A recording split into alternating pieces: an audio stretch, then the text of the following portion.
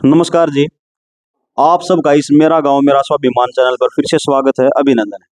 साथियों, आज आए हैं हम उत्तर भारत के हरियाणा प्रांत के रोहतक डिस्ट्रिक्ट में, और महम विधानसभा क्षेत्र लगता है, जो कि गांव है निदाना। बड़ा गांव है और वोटों की तादाद भी बहुत ज्यादा है। 3 पंचायत बनती है यहाँ पे। जो हमारे करंट विधायक हैं बलराज कुंडू जी, वो इस हलके के करंट विधायक हैं। क्या वो आपसे मिल पाए हैं या विचार रख पाए? खूब मदद करी। अच्छा। और दूसरा कुंडू हाथ धोगा भाई, मेरी पार्टी इनकी पार्टी के बाद। हाँ जी, क्या कहना चाह रहे हो? उसके जवाब तो ये है जी, पावर नहीं है मेरा हाथ में। पावर क्यों नहीं हो? तो करंट विधायक हैं इस क्षेत्र की। तो नहीं है जी, उसका विधायक तो है नहीं, संवैधानिक अधिकार तो मिल गया, ताकत मिल गई उसको, बजट मिल रहा है उसको। लेकिन वो एक अलग बात है, वो सीएम नहीं है, विधायक तो हैं। तो सीएम से मिलवाए हम 2-3 बार। हाँ, लेके गया वो, बोला मैं मिलवा सकूं तो हम बातचीत अपने आप कर लो, और मैं हूँ तारा साथ में, सुनो तेनू बोल रहा हमारा। तो गांव उसके प्रयासों से सहमत है या फिर खुश है? सहमत है, सारा गांव बलराज कुंडू से सहमत है। साथ में और आपके गांव से नए चेहरे निकल के आए हैं, विकास नेहरा जी, क्या उनका समर्थन है आपके साथ? विकास नेहरा, हाँ, उसका भी समर्थन है, उसका भी है, ज्यादा नहीं है, थोड़ा। ठीक ठीक ठीक। और जो भी हैं चर्चित चेहरे हैं, क्या जैसे आपको आकर हैं आश्वासन दे रहे हैं या फिर साथ में बैठ के काम कर रहे हैं? जो और भी चर्चित चेहरे हैं, जो विधायक ये भी कहूँ है, मतलब जब हमारी सरकार आएगी तो हम देखेंगे। अच्छा, कांग्रेस सरकार से जैसे बयानंद सिंह दांगी थे, उनके सुपुत्र अब बलराम दांगी मैदान में उतर रहे हैं, इलेक्शन में जोर दिखाने के प्रयास में है। क्या वो कभी आए आपके पास? एक मिनट, मैं बताऊं, यह सरकार थी न उद्धव की, उस टाइम पर 20 बार कई काम न मारा और कोई काम ना कर इस्तेमाल करते, लेकिन कांग्रेस का राज में मस नहीं हुए। उड्डा या सरकार आ गई बीजेपी की, इसमें गांव का यो मसला उठा और बहुत अच्छी तरह से चलिया, लेकिन कमी आ रहेगी, गुंडे बढ़ गए इसमें। तो बात तो वही होगी सराहना, 16 से 15-16 बात तो वही है भाई। मान लो सरकार से किससे की है, इस तब बड़ा तो तोहफा हो ही नहीं सकता, आपके गांव का सीएम है और फिर भी आपका खिलवाड़ हो रहा है। जी, अभी सांप न काला न मनी छोड़ो। अच्छा। इस्तेमाल न हुड्डा ने बोला मैं इस काम का लवा नहीं लागू, फिर डांगी मिनिस्ट्री भी ले लिया। डांगी ने बोला ये बांगी चीज की गोर है, मायने पक्की ये करते तो बिना इस्तेमाल नहीं बिना हो सकती। हुड्डा ने ये बांगी गोर पक्की तो कर दी चौटाले ने। और डांगी यू आने के खतरा रहा, यू बोले वही काम का करूंगा सुधार, इसमें सुधार हुआ है, सुधार हुआ था जो आम किला बंदी करावा है उसमें, इसमें गुंडे बढ़ के ने खिचड़ी बना दी, किला बंदी भी मरबा बंदी, और फिर मिला दिया ग्रीस, डालडा भी नहीं गिरा, ग्रीस मिला दिया उसमें, लपके मारो लुटी आओ, किसी के तो किले बढ़ा दिए, किसी के यू रोन लाग रहे, किसी के किले घटा दिए। अच्छा जी, एक जैसे मान लो किसान परिवार है सभी, जैसे किसान अपने हक के लिए दिल्ली जा रहे हैं, उनको संवैधानिक अधिकार है, कहीं भी बैठ के वो धरना प्रदर्शन कर सकते हैं, लेकिन सरकार की जो रुकावटें हैं, आप उसको किस नजर में देखते हो? हाँ, वो रुकावट गलत है जी, कोर्ट ने भी आदेश दिया, ये आदेश ये गलत है। ट्रक में सामान ला दो, ट्रैक्टर ला दो, ट्रेली ला दो, जब जा सकते हैं ये करेंगे, हिम्मत है ट्रक बनवा कर न अपने किराए के लेकर ट्रक में ट्रेली भी लातेंगे, ट्रैक्टर में भी लातेंगे, सामान भी लातेंगे जब जाए। आदेश कोर्ट ने ये दे दिया कि ट्रक में अपना सामान लेकर रोड पर को जाओ। अच्छा, आपके गांव में जैसे कोई ऐसी कमेटी है जो किसानों की कमेटी बोली जाए, और जब किसान समर्थन के लिए जाते हैं तो आपसे आग्रह वगैरह करते हो? आपकी कमेटी है गांव? कमेटी दावा है, तो आपका किसानों के प्रति मतलब समर्थन है या फिर बिल्कुल। तो आप जैसे वो तो काफी दिनों से प्रयास कर रहे हैं, आप नहीं गए इस गांव से? जा रहे हैं, हमारे ज्यादा संख्या में नहीं जा रहे, जवान जा रहे हैं। अच्छा। हाँ, क्या मतलब ऐसी भी परिधि है कि भाई अभी नहीं आना, जब आदेश मिले तब आना? आदेश ये दे रखा है भाई, हम आपके पास फोन कर देंगे जो भाई। तो इसका मतलब आप इंतजार में हो। तो भाई ये बात है कि गांव जैसे बोल रहे हैं कि भाई पंजाब से किसान उठ के दिल्ली जा रहा है और हरियाणा सुस्त है, हरियाणा अब की बार इच्छुक नहीं है। लेकिन सच्चाई ग्राउंड रिपोर्ट पे ये है कि उनको आश्वासन दिए गए हैं कि जब आवाज दी जाएगी तब आना है, और ये इंतजार में है और दिलो जान से उनके समर्थन में है। एक साथ अच्छा जी, किसानों की बेसिक तौर से जो मान ले अब जो मांग है इलेक्शन के टाइम पे, अब मांग उठाने का क्या कारण है आप बताओ? देखो जी, मैं बताऊँ, हाँ जी। कितने साल हो लिए धरना उठे थे, जो कानून रद्द करे थे लागू नहीं करे, उसके इंतजार देखकर इलेक्शन का टाइम देखकर इसलिए धरना शुरू किया। तो सरकार में इसमें फेरबदल करना चाहिए, तो कैंसिल तो हो गया।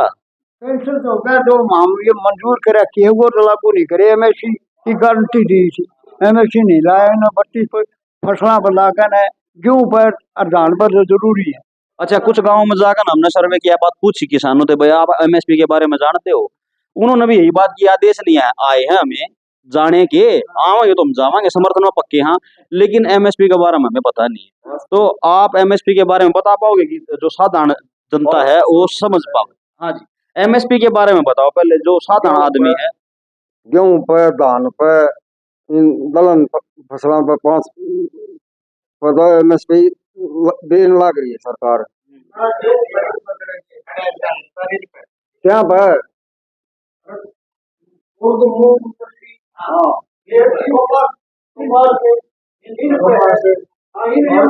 मांग वाली सारी फसला पर है। केवल 5 पे दे रहे हैं, जो उड़द है, कपास है, जो मूंग है, जो कि यहाँ पे फसल नहीं होती उस पर। खास मुद्दा क्या है, ये बीजेपी सरकार है या वर्ल्ड का जो फैसला है, एमएसपी सारे पर नहीं दे सकती, ये वर्ल्ड का फैसला है, वर्ल्ड का घेरा मारा है भारत, तो ये नो नहीं दे सकते। आप इतना वो दायरा क्यों कवर कर रहे हो? आप जैसे मान लो अब वो अब नहीं, अब वो बात शुरू है, जैसे आपने स्टार्टिंग में कहा था ना कि 10 साल में मोदी सरकार ने वो कर दिया, बात वो आज है ना। आप जैसे कह रहे थे कि 10 साल में मोदी सरकार ने वो कर दिया जो 72 साल में नहीं हो पाया। जिस टाइम पे हिंदुस्तान स्वतंत्र होया था तो तन पर कपड़ा नहीं था, खाने को रोटी नहीं थी, और इतना मुजलिम हो रहा था इंसान, बहुत जबरदस्त है। उस स्थिति से मान ले मेडिकल करने हैं, कॉलेज करने हैं, साइंस को बढ़ावा देना है, पढ़े लिखे करने हैं, इंडस्ट्री डेवलप करनी है, तो वो होते होते आज इंसान सुरक्षित था और तन पर कपड़ा है, घर में पैसा भी है, अच्छे से खा रहा है और उपज कर रहा है। उस टाइम में ना तो पैदावार इतनी अच्छी होती थी, न इंडस्ट्री होया करती, न टेक्नोलॉजी होया करती, न पढ़ाई होया करती, तो वहां पे बिल्कुल दर दर सल्तन निकल कर न हिंदुस्तान इतनी शिखर तक पहुंचा। और जैसे ही 2024 में मोदी साहब ने शपथ ली थी, उस टाइम पर सालों के प्रयास से जो सैटेलाइट लॉन्च करनी थी वह हुई, तो खुदा ना खास्ता वो श्रेय मोदी जी को गया, लेकिन जो प्रयास तो सालों का था ना वो। आप ये बात कह रहे हो कि भाई 72 साल में कुछ नहीं हो पाया, लेकिन हम इतिहास में पढ़ रहा उस चीज में। 72 साल में जो करया है वो बहुत कुछ करया है, देश ऊपर ने ठा दिया। इसने तो चोपड़ी चापड़ी पोई पाई छाई से, हाँ? लेकिन जिन लोगों ने वो दौर नहीं देखा, जिन लोगों ने वो दौर नहीं देखा, नहीं पता, उनको तो खबर के माध्यम से भी और वैसे भी बरगला के ये बात बताई जाए कि भाई 70-72 साल में हिंदुस्तान को खा गए, उजाड़ हो गया। लेकिन मेरा मानना ये है व्यक्तिगत तौर पे कि भाई जो हिंदुस्तान का स्तर बढ़ाया है उसकी तारीफ करनी चाहिए, तारीफ करनी चाहिए। तारीफ क्यों नहीं हो पा रही? और मतलब भाषण के माध्यम से भी लोगों को बरगलाने की, मतलब ऐसा किया जाए कि भाई कांग्रेस ने खाया है, एक चीज तैयार करके भी तो दी है ना, लोगों को तन पर कपड़ा दिया है, व्यवस्था बनाई है, हमारा हिंदुस्तान में टेक्नोलॉजी इतनी बड़ी है। कांग्रेस ने बहुत कुछ करया, देश को ऊंचा उठाया, सारे काम करे, कुर्बानी दी। संघ इन भाजपा ने कौन सी कुर्बानी दे रखी है, को सही जोया है भाजपा, ये संघ तक भाजपा में डाल रहे, हाँ? ये सारे रांडे इकट्ठे हो रहे न के मेरा गृहस्थी का, इनका औलाद ना पौलाद ना, जाति पाति का राज करया जिन, मतलब नू कह दिया यो जाट से, यो फलानी जात से, जाति पाति में बाड़े है न तो देश और बढ़ाया है न, तो ये काम कर रहे हैं। ये तो ये अब जैसे आप कह रहे थे, अब आप इसका स्पष्टीकरण दें, जैसे आपके साथी हैं बुजुर्ग हैं ये, इन्होंने भी इस चीज पे स्पष्टीकरण कहा है कि भाई करा तो बहुत कुछ है। वो आप कह रहे थे कि 10 साल में बहुत कुछ है, वो 10 साल में क्या हुआ? सबके में बेच दिया। जैसे जो गवर्नमेंट एजेंसी हुआ करती वो बेची जा रही है वन बाय वन करके। 10 साल में यूं होया है, भारत की भी ना इसकी, पाकिस्तान की और चीन की नो आंख राख दी भारत के ऊपर। तीन बार पाकिस्तान लखा सकदार ना चीन लखा सकदार। तीन बार देशा में तो ये कतर में दो 10 आदमी उल्टे आए ना, 8 आदमी, इसका खेल था। अच्छा, जो पाकिस्तान के जितने 2-3 बार युद्ध हुए हैं सारे परास्त करे थे उस टाइम पे। उस टाइम पे भी मान लो कांग्रेस सरकार हुआ करती तो हिंदुस्तान का तो रुतबा स्टार्टिंग से है विश्व का, मतलब विश्व गुरु का आया जाया करता। और आज बहुत बना रखी है, ये क्या कामांगे जो पंगे रहा करेंगे 4 साल पाछे। रही बात चीन की, जो चीन का जो बॉर्डर है वहां पर उन्होंने अभी भी हिंदुस्तान की जो जमीन है वो कब्जाई हुई है, ऐसा ही है ना।